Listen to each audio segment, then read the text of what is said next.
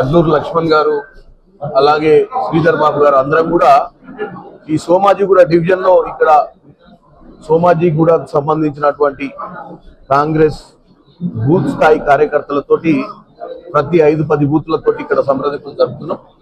ముఖ్యంగా నవీన్ యాదవ్ ఏ రోజైతే నామినేషన్ వేసిండో ఆ రోజుతోటే ఈ బీఆర్ఎస్ నాయకుల గుండెల్లో రైళ్లు పలుగెట్టడం మొదలుపెట్టినాయి. ఎందుకంటే మా నాయకులలో కూడా మంచి జోష్ ఉంది, మంచి బూత్ మేనేజ్మెంట్ చేయాలని ప్రతి బూత్ లో కూడా ఉన్న ఓటర్ లిస్టులలో కూడా వాళ్ళు ఎక్కడికక్కడ మార్కింగ్ చేసుకొని అందరినీ కలిసే ప్రయత్నం చేస్తున్నారు.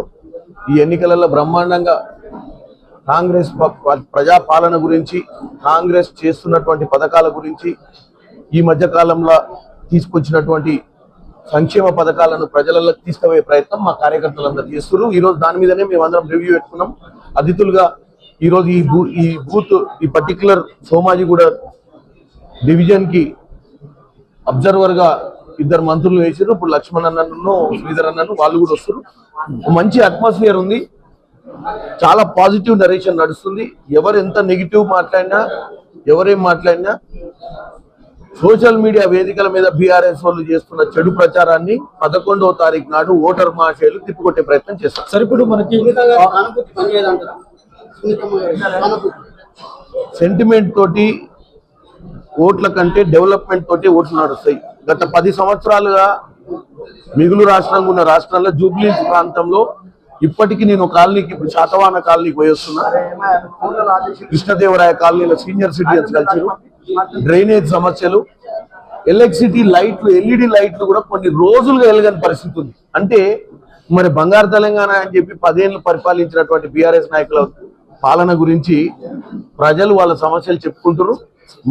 సార్, కంటోన్మెంట్ ఉప ఎన్నికల్లో ఇప్పుడు మొన్న ప్రచార నేపథ్యంలో సీఎం గారు గెలిస్తే మీరు 2,000 కోట్లతోటి ఇక్కడ అభివృద్ధి కార్యక్రమం చేపడుతున్నారు, ఇంతవరకు ఏం జరగలేదు, ఇప్పుడు జూబ్లీహిల్స్ లో ఎలా ఓట్లు అడుగుతున్నారు, కేటీఆర్ గారు నిన్న ప్రెస్ మీట్ లో ఈ మాటలు అన్నారు. దీనికి మీరేం సంబంధం? కేటీఆర్ గారు అంతు చిక్కని లెక్కలు, అంతు చిక్కని మాటలు, ఆయనకున్న వాక్చాతుర్యంతో ఏదైనా గాలి ముచ్చట్టు చెప్పుకుంటాడు. మేము మిగులు రాష్ట్రంగా ఉన్న రాష్ట్రం వాళ్ళ చేతిలో పెడితే అప్పుల రాష్ట్రం చేసిరు. ఇప్పుడు అప్పుల రాష్ట్రం గురించి అప్పుల రాష్ట్రాల్లో మేము వచ్చి వీలైనంత మటుకు అన్ని ఇలా 500 రూపాయల సిలిండర్, 200 యూనిట్ల కరెంటు, ఉచిత బస్సు, ఇలా సన్న బియ్యము, ఇలా కొత్త రేషన్ కార్డులు, ఇవన్నీ ఏ వ్యాయామంలో నడుస్తున్నాయి? ఇవన్నీ డెవలప్మెంట్ కాక ఏదో ఒక సబ్జెక్ట్ పట్టుకొని రెలవెన్సీ లేకుండా మాట్లాడుతుంటాడు.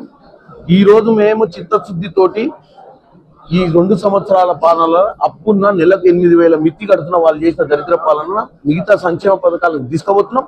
ఎస్, మీరు అన్నట్టు కొద్దిగా పర్సంటేజ్ ఆఫ్ వర్క్ పెండింగ్ ఉంది, వాటిని కూడా మేము కంప్లీట్ చేస్తాం. సార్, నిన్న అజరుద్దీన్ గారు మంత్రి పదవి కన్ఫర్మ్ అయినా తెలిసింది.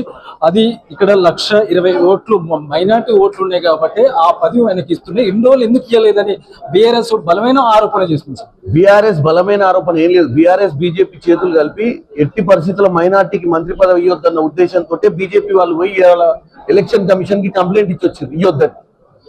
వాళ్ళు ఏంది, బీజేపీ వాళ్ళు మా 8 మంది ఎంపీలను గెలిపించిన బీఆర్ఎస్ పార్టీకి రిటర్న్ గిఫ్ట్ కింద జూబ్లీహిల్స్ గెలిపించాలని చూస్తున్నారు. అందుకే మైనార్టీకి ఇవ్వకుండా మైనార్టీ ఓట్లన్నీ బీఆర్ఎస్ కి ఇచ్చాలని చూస్తున్నారు. మైనార్టీ సోదరులు గుర్తుపట్టాలి, ఈ రెండే. ఓడేమో మతాల మధ్యన చిచ్చు పెట్టి పబ్బం గడుపుకుంటుండు, ఇంకోటేమో మ్యాచ్ ఫిక్సింగ్ చేసి ఎలక్షన్లు చేస్తుండు. ఇది సంగతి. సార్, కాంగ్రెస్ అభ్యర్థిని రౌడీ గుండా ఇవన్నీ అనడం కాదు, ప్రజలు ఏమనుకుంటారు అనేది ముఖ్యం. నవీన్ యాదవ్ అంటే ఆయనకు ప్రజా సంక్షేమం, ప్రజలకు మంచి చేయాలన్న ఒక ఉద్దేశం ఉంది.